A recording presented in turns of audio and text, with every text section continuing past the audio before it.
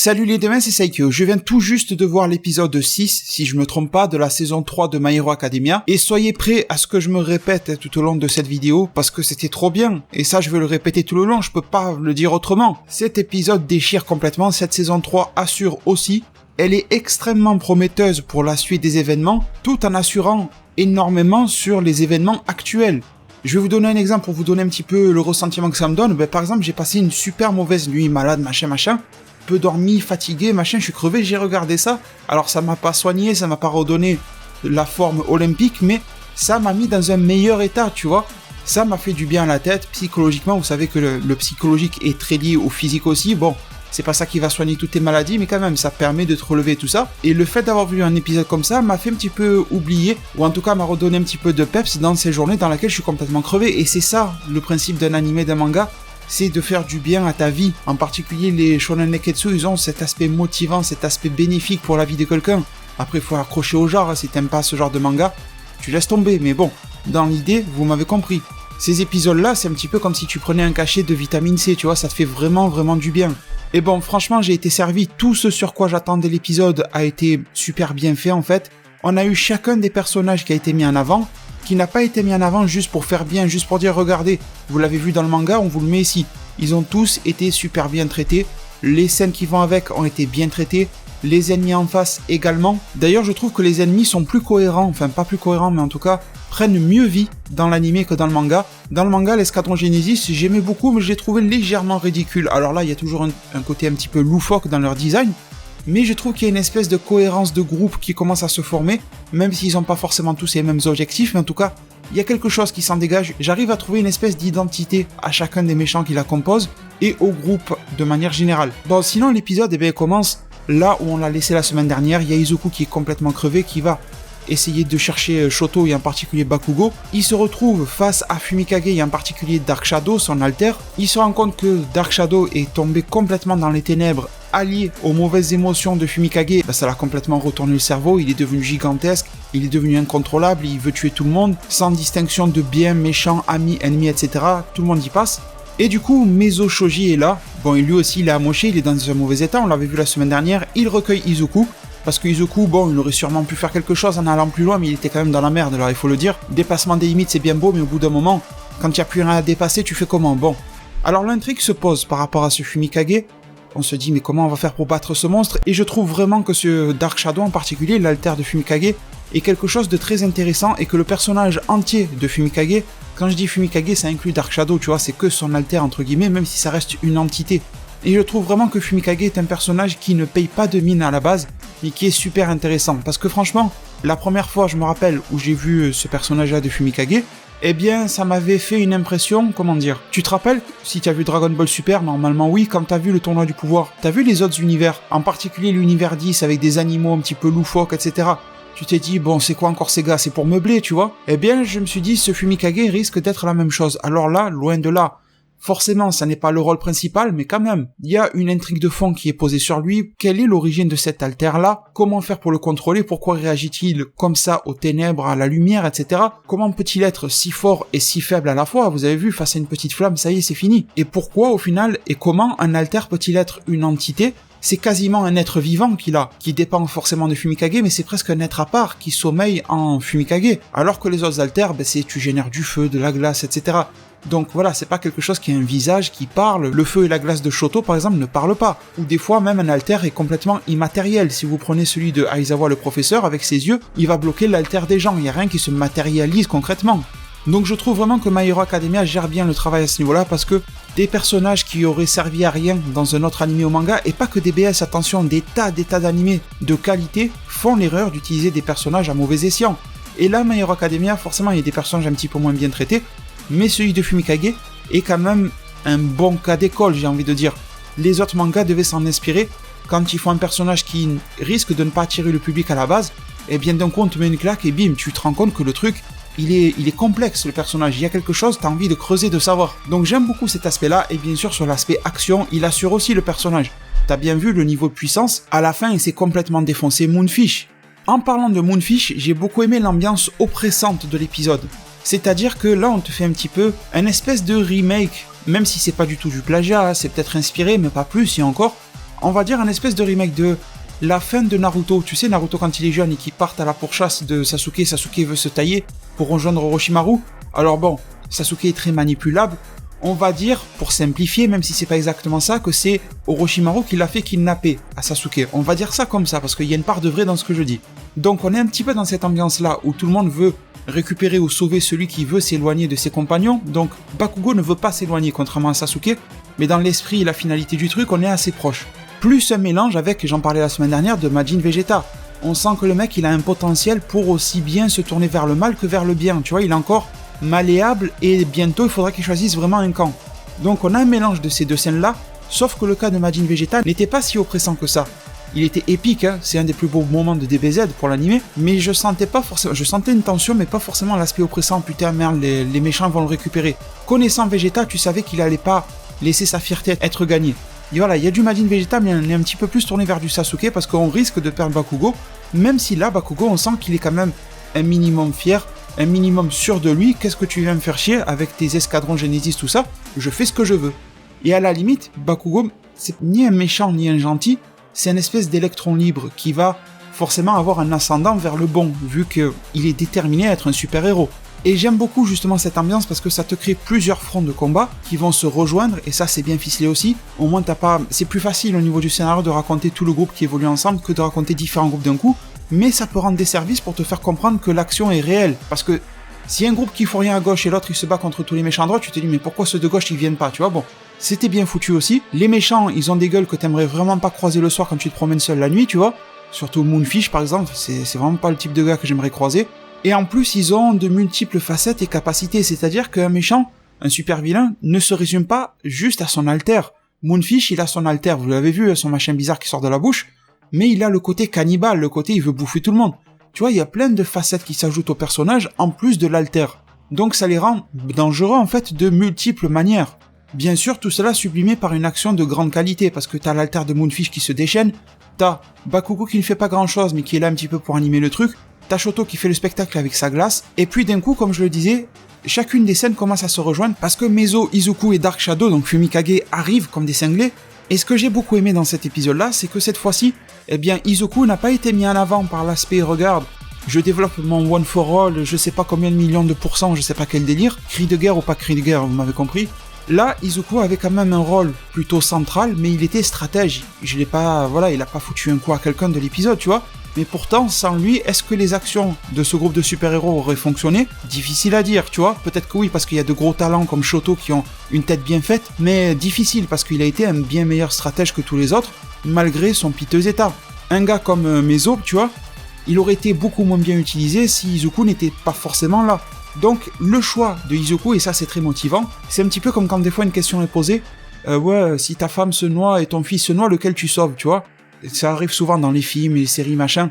Je crois même que c'était arrivé dans l'anime Yu-Gi-Oh à l'époque, il fallait sauver l'ami ou je sais plus qui, enfin bon. Et du coup, t'as le héros, il est là, il s'est dit putain mais je peux pas choisir, tu vois, lequel je vais sauver. Et au final, il fait tout quitte à se sacrifier pour sauver les deux.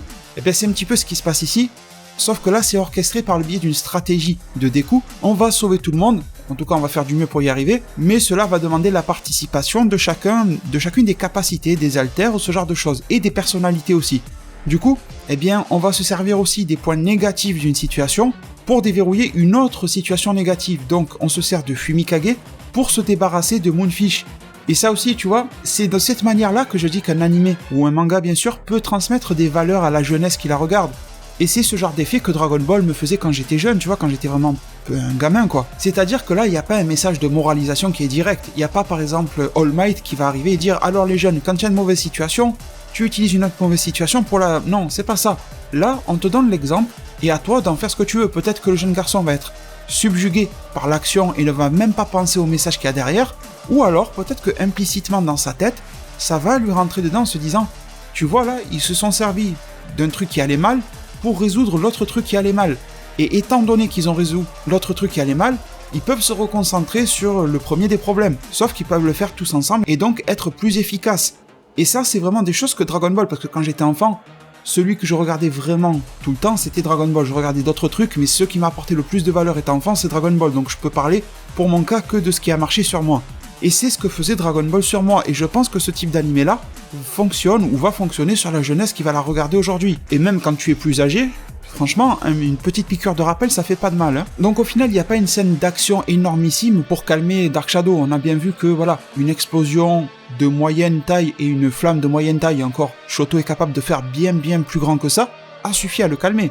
Mais c'est aussi en ça que My Hero Academia est un animé quand même extraordinaire, c'est qu'il n'y a pas forcément besoin d'en rajouter pour que ça soit épique, pour que ça soit classe, et pour que ça fonctionne aussi dans l'histoire de l'épisode.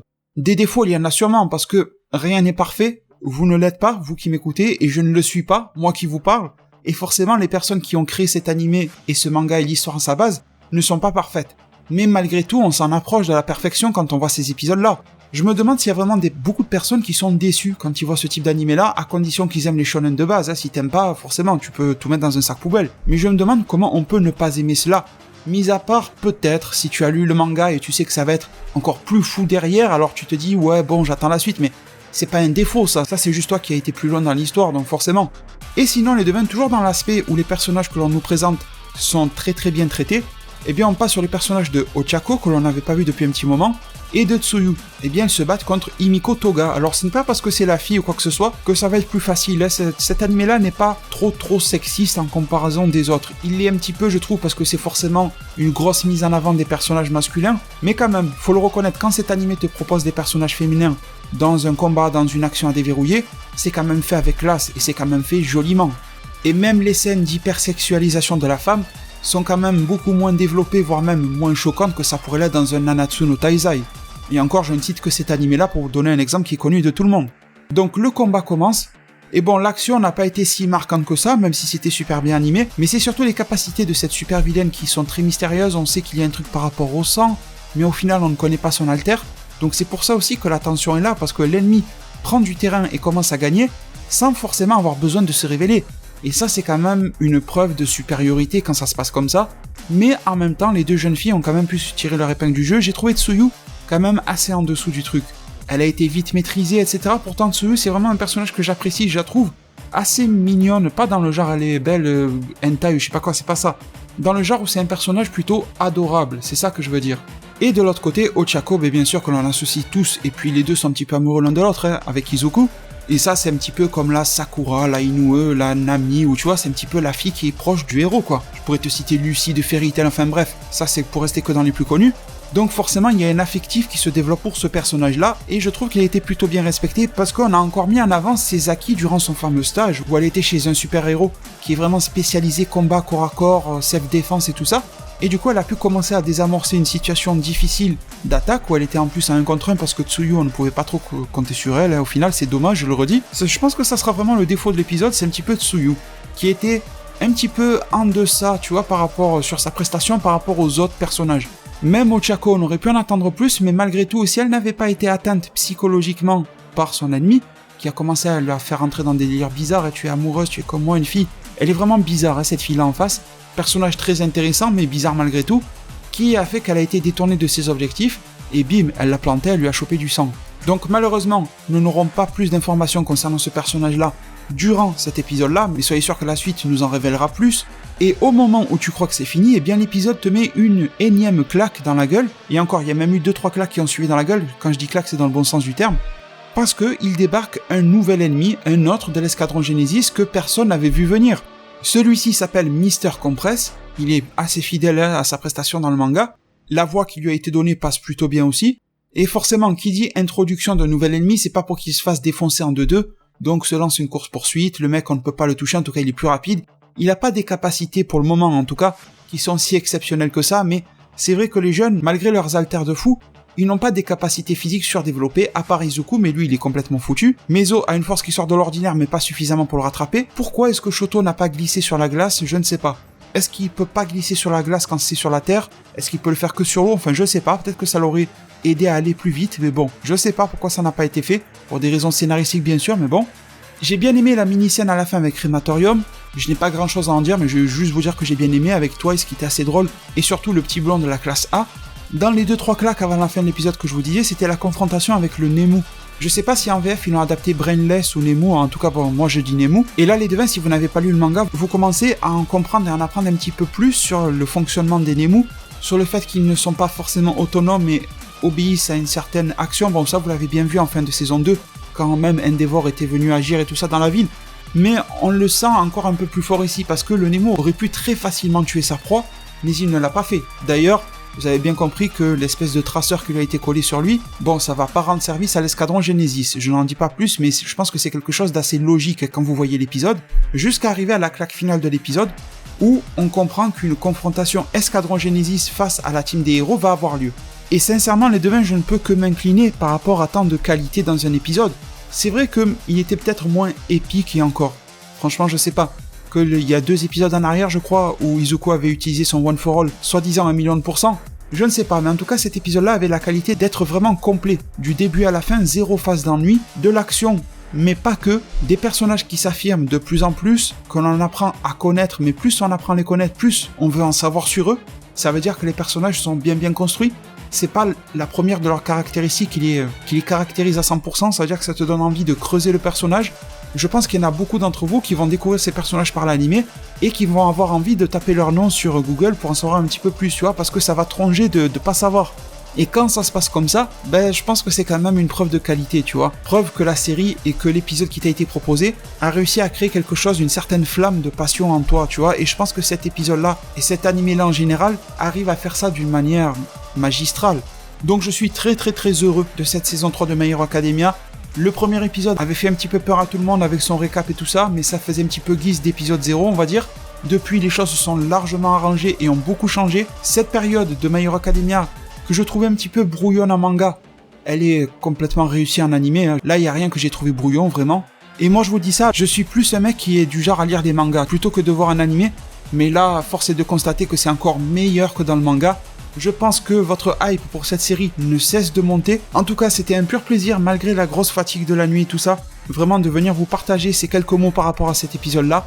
J'espère que vous me partagerez un petit peu votre ressenti dans la zone commentaire. Vous savez que je réponds à 99% des commentaires. De toute façon, j'ai pas fait le calcul exact, peut-être c'est 98%, mais en tout cas, je suis là. Je vous remercie aussi pour tout votre soutien continuel et celui que vous apporterez à cette vidéo-là par le biais de vos likes. Vous savez que ça aide énormément un contenu à être propulsé sur YouTube. Ça passe par vous. Prenez tous super bien soin de votre futur et à plus pour de prochains arts divinatoires.